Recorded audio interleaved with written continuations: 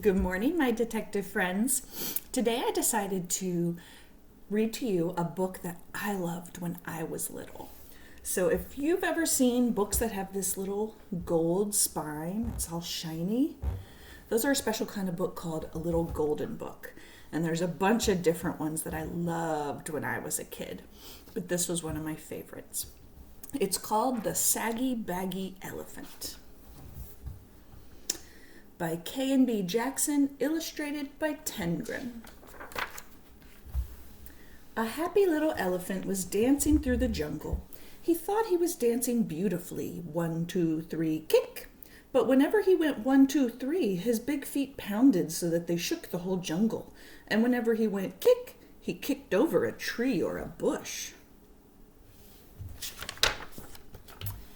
The little elephant danced along, leaving wreckage behind him, until one day he met a parrot. "Why are you shaking the jungle all to pieces?" cried the parrot, who had never before seen an elephant. "What kind of animal are you, anyway?" The little elephant said, "I don't know what kind of animal I am. I live all alone in the jungle. I dance and I kick and I call myself Suki. It's a good sounding name and it fits me, don't you think?" "Maybe," answered the parrot, "but if it does, it's the only thing that does fit you. Your ears are too big for you, and your nose is way too big for you, and your skin is much, much too big for you. It's baggy and saggy. You should call yourself Saggy Baggy." Suki sighed. His pants did look pretty wrinkled. "I'd be glad to improve myself," he said, "but I don't know how to go about it. What shall I do?" "I can't tell you. I never saw anything like you in all my life," replied the parrot. I think the parrot's being kind. Is he making the elephant feel good about the way he looks or feel bad about the way he looks? Not very kind, is it? The little elephant tried to smooth out his skin. He rubbed it with his trunk. That did no good. He pulled up his pants legs, but they fell right back into dozens of wrinkles. It was very disappointing, and the parrot's saucy laugh didn't help a bit. Just then a tiger came walking along. He was a beautiful, sleek tiger. His skin fit him like a glove. Suki rushed up to him and said, "Tiger, please tell me why your skin fits so well. The parrot says mine is all baggy and saggy, and I do want to make it fit me like yours fits you." But Tiger didn't care a fig about Suki's troubles, but he did feel flattered and important, and he did feel just a little mite hungry. "My skin always did fit," said the tiger. "Maybe it's because I take a lot of exercise."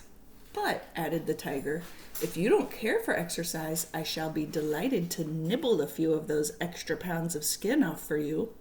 "Oh, no thank you," cried Suki. "I love exercise. Just watch me." Suki ran until he was well beyond reach. Phew, that was close. Then he did somersaults and rolled on his back. He walked on his hind legs and he walked on his front legs. When Suki wandered down to the river to get a big drink of water, he met the parrot. The parrot laughed harder than ever. "I tried exercising," sighed the little elephant, "and now I don't know what to do." "Soak in the water the way the crocodile does," laughed the parrot. "Maybe your skin will shrink." So Suki tramped straight into the water. You think it's going to work? Let's find out.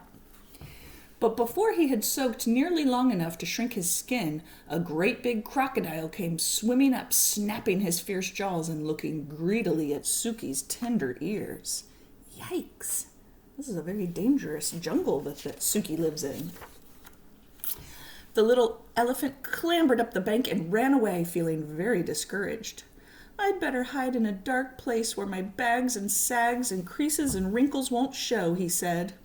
By and by he found a deep, dark cave, and with a heavy sigh he tramped inside and sat down. Poor Suki.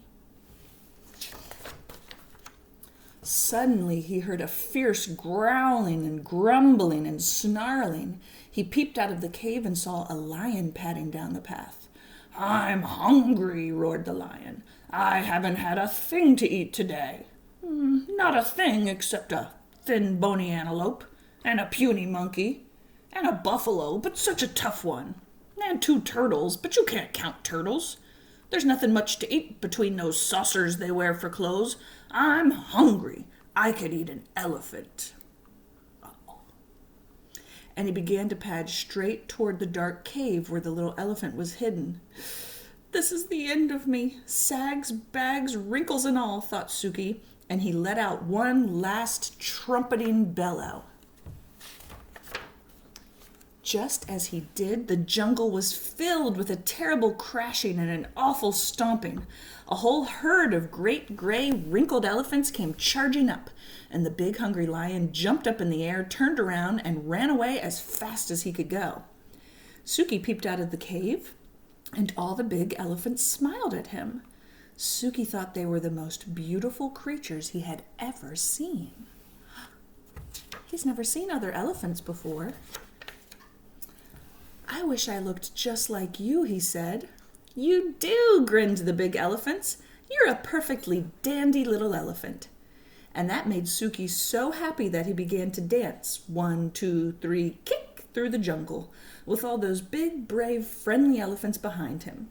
The saucy parrot watched them dance, but this time he didn't laugh, not even to himself. And now Suki has a family. So, in this story, Suki's all alone and he doesn't know who he is, he doesn't know what he's supposed to be, and he feels bad because the other animals are just making fun of him and making him feel bad and threatening to eat him. And it's not until he finds his family, the other elephants, that he really feels at home. So, I want you to draw some people that make you feel safe and like you belong. Who do you feel at home with? Who do you feel like yourself when you're with them? Draw a picture and label it and send it to me.